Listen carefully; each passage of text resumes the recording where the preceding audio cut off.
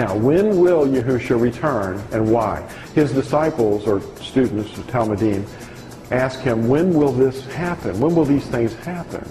And Matthew chapter 24, I think phrases that question, and he explains it.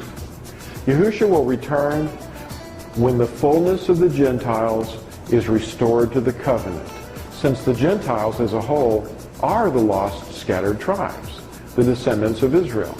We must not attempt to regather ourselves to the land before the proper time, since our being scattered is the consequence of our not living according to the covenant. When he has restored us to his covenant, then he will return to gather us. Why? Because we are his inheritance. That's what Scripture says.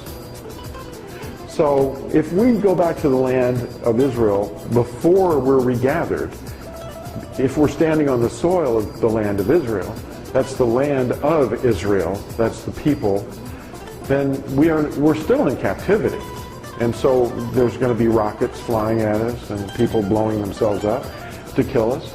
So he didn't say to go back to the land. He said wherever we're scattered, we're to return to his covenant.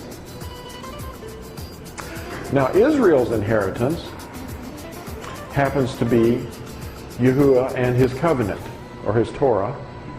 That's the word for instructions, how we're to live. The restoration to Torah is now underway. The regathering will occur at the end of the Great Tribulation.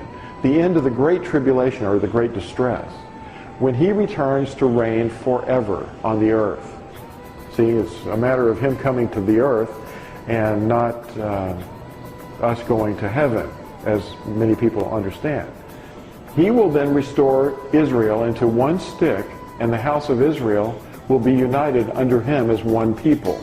And that's seen in Ezekiel 37. For now, we are to be a light to the Gentiles, to awaken them to their idolatry and profanation of the covenant, but also to their heritage, Yahuwah and his covenant.